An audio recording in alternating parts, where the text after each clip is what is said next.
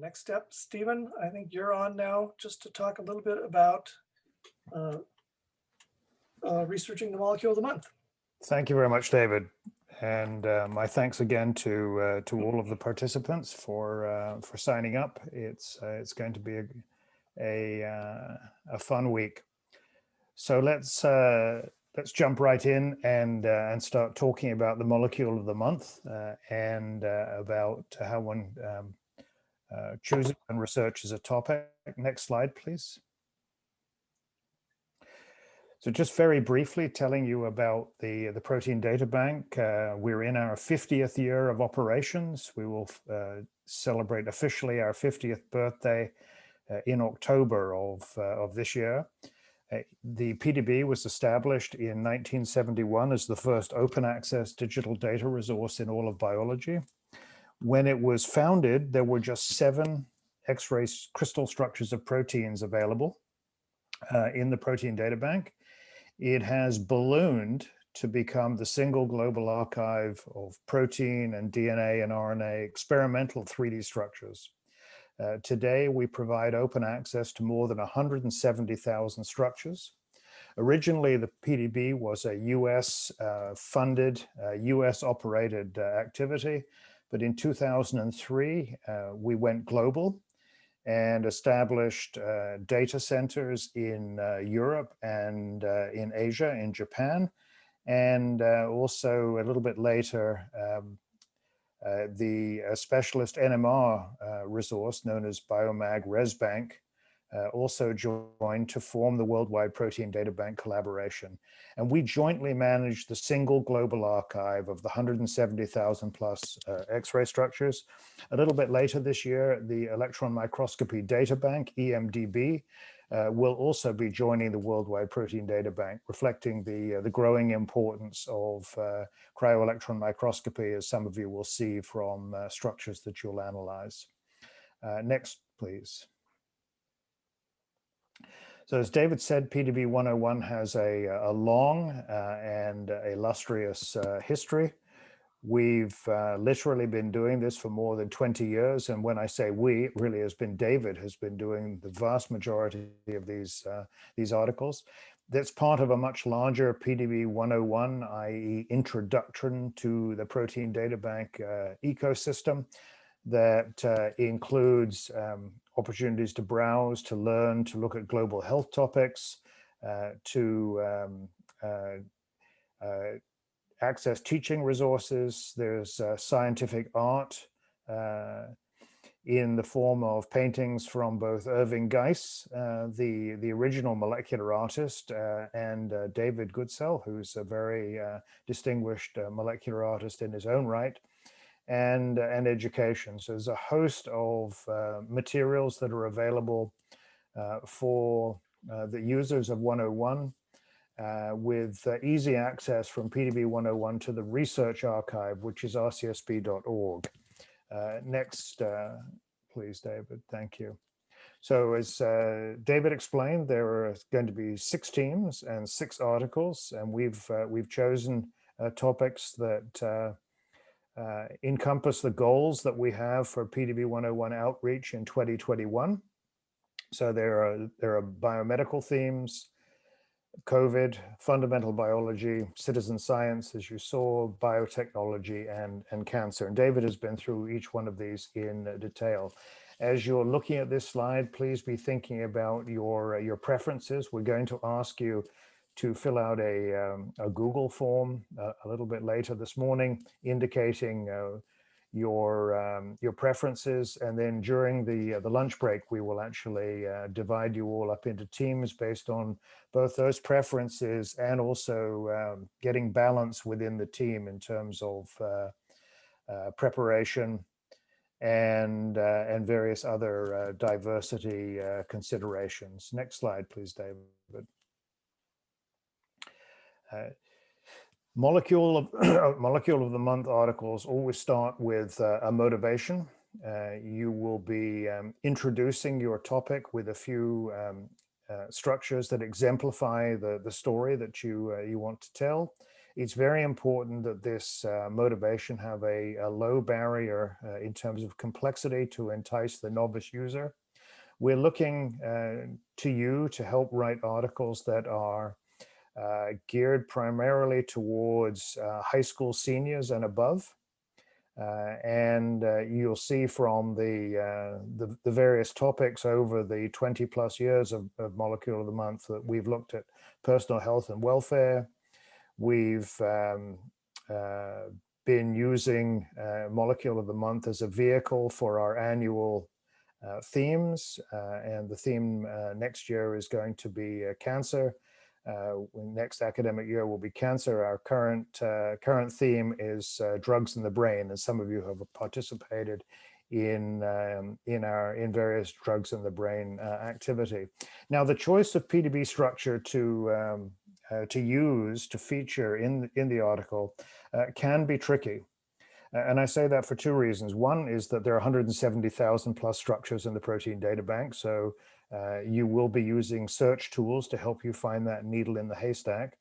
It will also be important as you're considering various PDB structures, PDB entries, you'll hear us call them as well, that you weigh scientific priority, the history of the field, and also the relevance of the structure to the topic. We try whenever possible to highlight the very first structure that came into the PDB pertaining to a particular topic, to give priority to pioneers in the field. And you'll see one such example in the context of hemoglobin. Max Perutz, the scientist who led the search for and ultimately successfully produced the 3D structure of hemoglobin, worked for more than 20 years to get that 3D structure. And in doing so, he invented the entire field of protein crystallography, along with other colleagues at the Laboratory of Molecular Biology in Cambridge, where the 3D structure of DNA was elucidated. Next slide, please. So when you're researching topics, factual accuracy is absolutely key. The Protein Data Bank lives and dies on its reputation of veracity, of truth. Wikipedia and textbooks are okay to get background information, but anything that you write needs to have a peer-reviewed scientific journal source to back up the information. You know, as you can imagine, this can take quite a bit of time. So to streamline the process down to a single week, a process that normally takes David the better part of a month, we're going to be suggesting the concepts that you present around each of the 6 topics.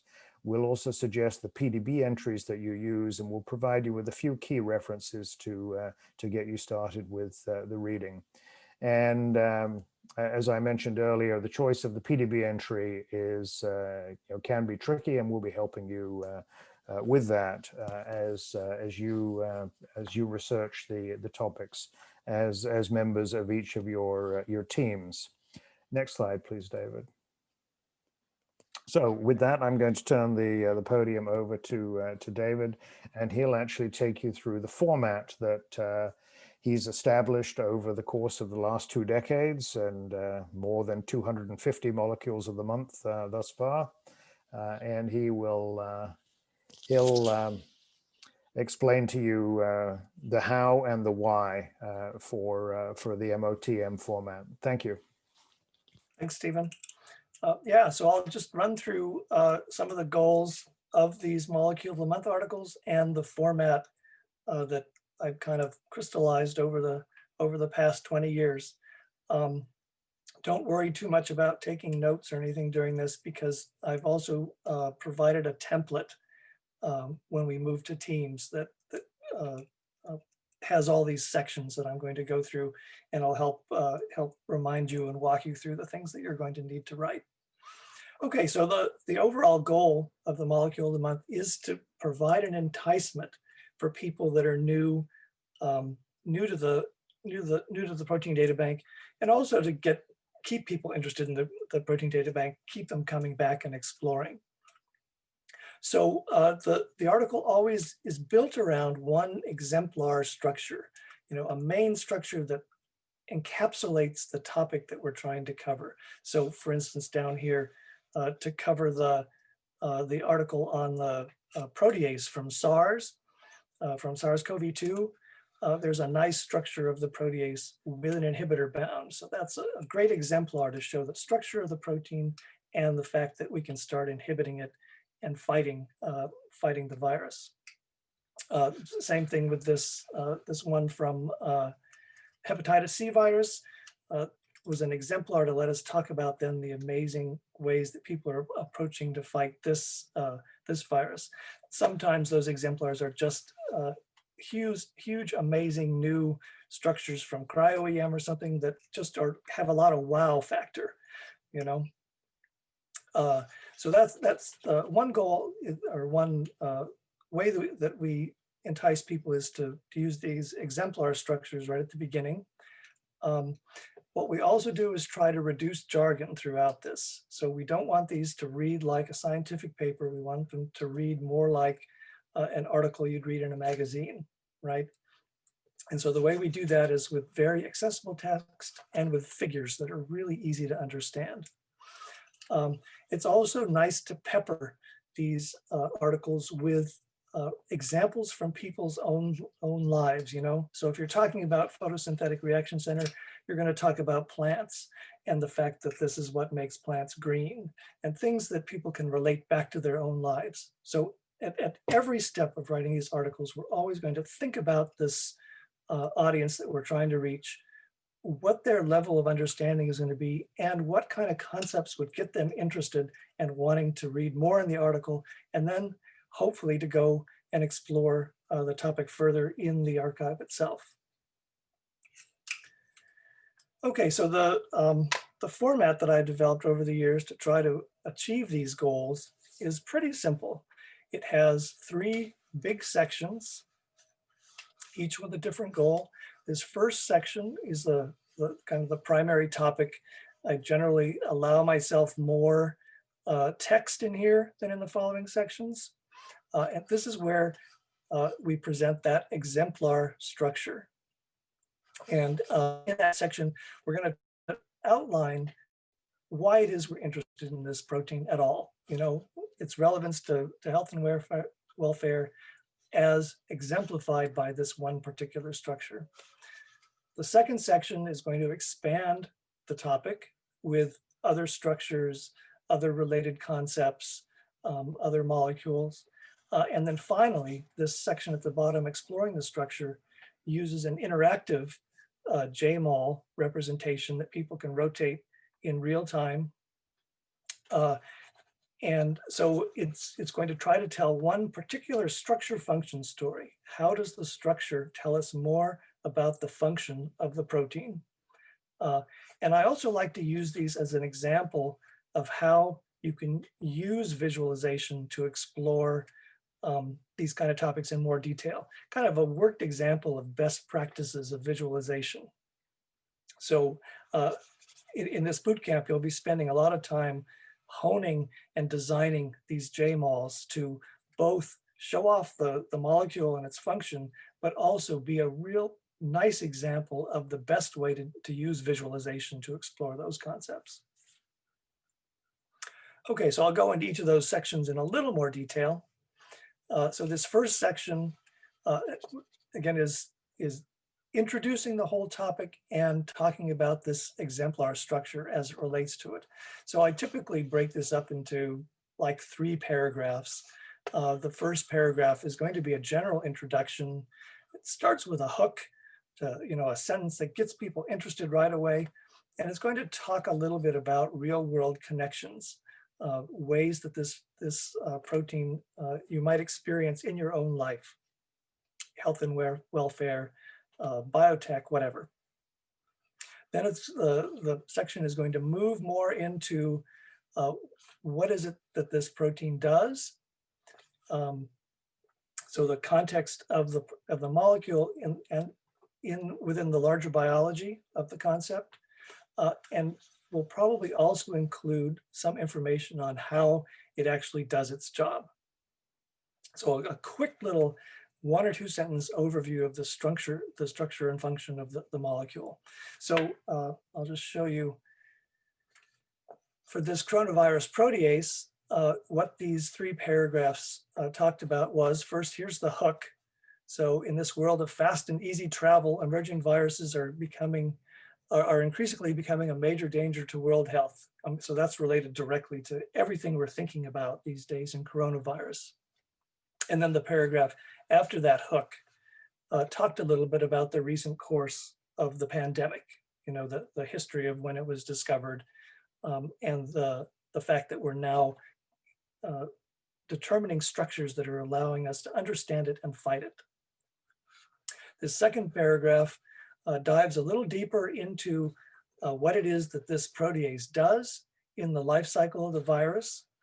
So the coronavirus has a huge genome that encodes a big polyprotein, and this protease is needed to cleave that polyprotein into a bunch of functional pieces. Simple 1 paragraph to get that concept across. And then this final paragraph talked about the structure and function of the molecule that's shown in the figure, saying that it's a cysteine protease that's similar to serine proteases like trypsin. People have probably already heard of trypsin, so that similarity might help them understand the function of this protein, and also talking about how this structure is showing it blocked by an inhibitor, which is something that we can use to inform future drug design against the protease and treatment of the virus. So you see, that's a lot to include in that first section.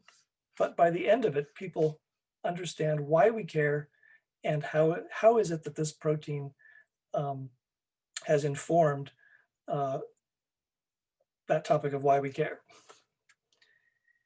Let's see, the second section, so is anything that can deepen the story and show readers that this knowledge is not useful in isolation. This is actually part of a larger ecosystem of structure and function and biological knowledge.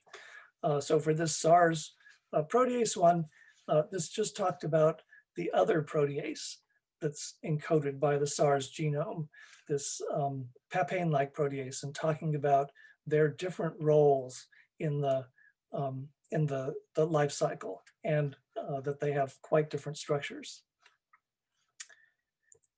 And then finally, this exploring the structure section is an interactive JMOL, so people can get in and rotate and view from different angles here. And so it's a very concrete example of structure-function relationships. And for this, you'll be creating both the interactive version and also a static image that shows up as people first view the site. And so for this coronavirus protease topic, what it's showing is the active site of the protease, showing the 2 active site amino acids that are involved in catalysis of the normal reaction, and how the inhibitor is bound right up against that active site and blocking it. So a very simple and direct structure function story, and a visualization here that focuses directly on that one topic that we want to get across. Doesn't try to show everything, it's just trying to tell that one structure function story. Okay, and you'll also need to put together, apart from that main story arc, there's a bunch of other Google that you need to include so that these articles can fit within the context of the whole PDB 101 ecosystem. And so this includes a bunch of metadata, for instance, keywords that help the search capabilities find these articles. These keywords include all of the PDB IDs of everything that you're going to highlight. And that's so that when people go to these structures in the PDB archive, it'll have a link backwards to your article, which is useful. We also will need to assign these categories. There are browsing functions within PDB 101 where people can go to the the overall category of health and disease and viruses, and your article will show up as one of the options in that category. So we need to let PDB 101 know what categories your article is related to.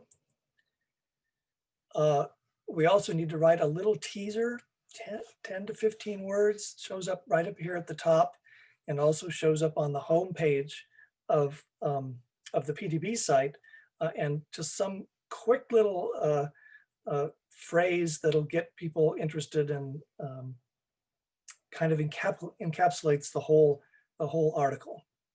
I usually write those at the very end after I've written the whole article, and I kind of understand what the what all the concepts are that are produced. We also need to include some topics at the very end, which are suggestions about how people can go into the archive and explore this topic in more detail.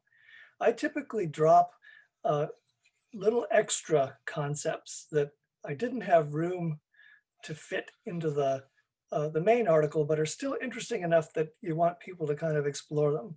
So for instance, in this protease, coronavirus protease article, there was an interesting structure of a higher order assembly of the protease that, who knows, could be involved in maturation. It really wasn't part of the main story thread that I wanted to do, but it was still interesting. So I dropped that in this topics for exploration so that people could go look at it if they're interested in exploring in more detail. Finally, there's a section at the end on references. And so we're going to want to include references for everything that you use to support the article.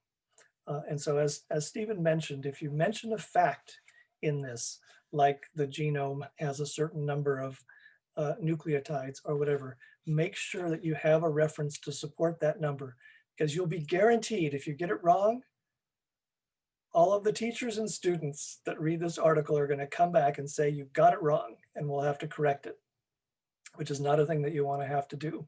So make sure that all of your facts have a really solid reference to support them. And so in those references, we'll include citations for every single structure that's in the article, as well as usually a few review articles that help you get background on the topic. And then I'm going to keep pounding on you guys over and over again to make sure that these references are formatted correctly in your final manuscript. Because if you don't write them correctly, then I'm going to have to do it later on, and then I'll be mad. Okay, and so as I mentioned at the beginning, I put together a checklist of all the bits and pieces that we're going to have to need to write together for each of the articles. By the end of the week, we'll have a full manuscript that has all these bits and pieces. And so this, when we go to Teams, you'll be able to find this little template file that I put together. And I also invite you right now on PDB 101, there are 250 of these articles. Just look at a few of them and try to get a feeling for the level that they're written at, the style, and that'll help you as you're trying to develop the style of your own article.